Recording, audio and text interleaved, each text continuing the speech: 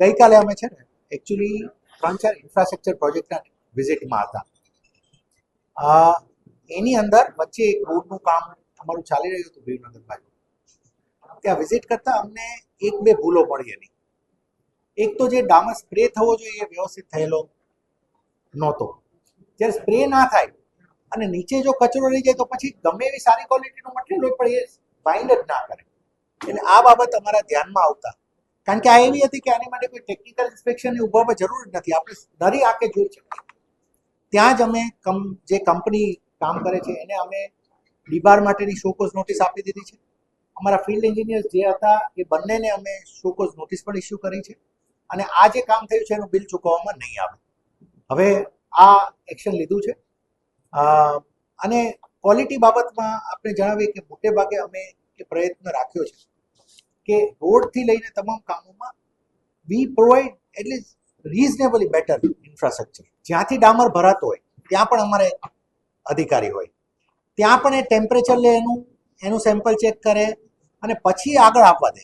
એની દરેક અમારી ગાડીમાં એની પોતાની એક પાવતી તો હોય જ કે આ ચેક થયું છે.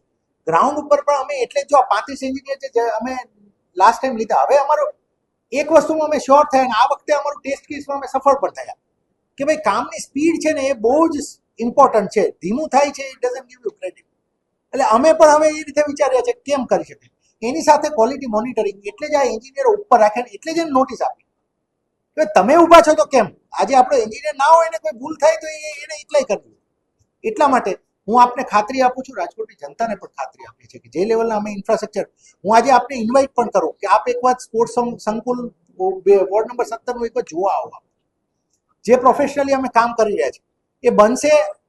તમે એક વખત યાદ કરશો કે quality infrastructure has come up international standard. આ જ રીતે અમે રોડ, રસ્તા એમાં, અને હવે આ વર્ષે શું એડ કર્યું છે કહી દો. હવે PMU આવશે એટલે હવેથી એક આખી ટીમનું ડેઇલી મોનિટરિંગ, અમે એક આખી સોફ્ટવેર ઊભું કરીએ છીએ અને તમામ કામોના રિયલ ટાઈમ ફોટોગ્રાફ, વિડીયો એ બધું એમને કરવું પડશે અપલોડ.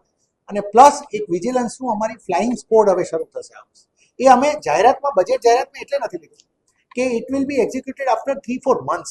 એટલે જ અમે નોટિસ આપી છે અને બીજા પણ આપને કહીએ ઇન્ફ્રાસ્ટ્રક્ચરમાં ક્વોલિટીમાં કોઈ કોમ્પ્રોમાઇઝ થશે નહીં, રેસ્ટ એશ્યોર્ડ. મારે નીકળવું પડે, દુઃખદ વાત છે કે કોઈ ડામર મારા દ્રષ્ટિએ એને દેખાવ એને કરી જ નાખવું જોઈએ વ્યક્તિએ, પણ હવે નથી કર્યું તો એની અમે પેનલ્ટી પણ આપીએ છીએ અને ઇન્ફ્રાસ્ટ્રક્ચરની ફરીથી અમે તમને ગેરંટી આપીએ છીએ. કારણ કે અમારો ટાર્ગેટ છે કે ફાસ્ટ અને ક્વોલિટી ઇન્ફ્રાસ્ટ્રક્ચર તો જ છે ને. કોઈ આ બજેટ અમે કરીએ છીએ ને તો પ્રજાને અમે ત્યારે હેપી રાખી શકીએ જ્યારે એમને ટાઈમલી અમે કામ આપીએ અને ક્વોલિટી આપીએ.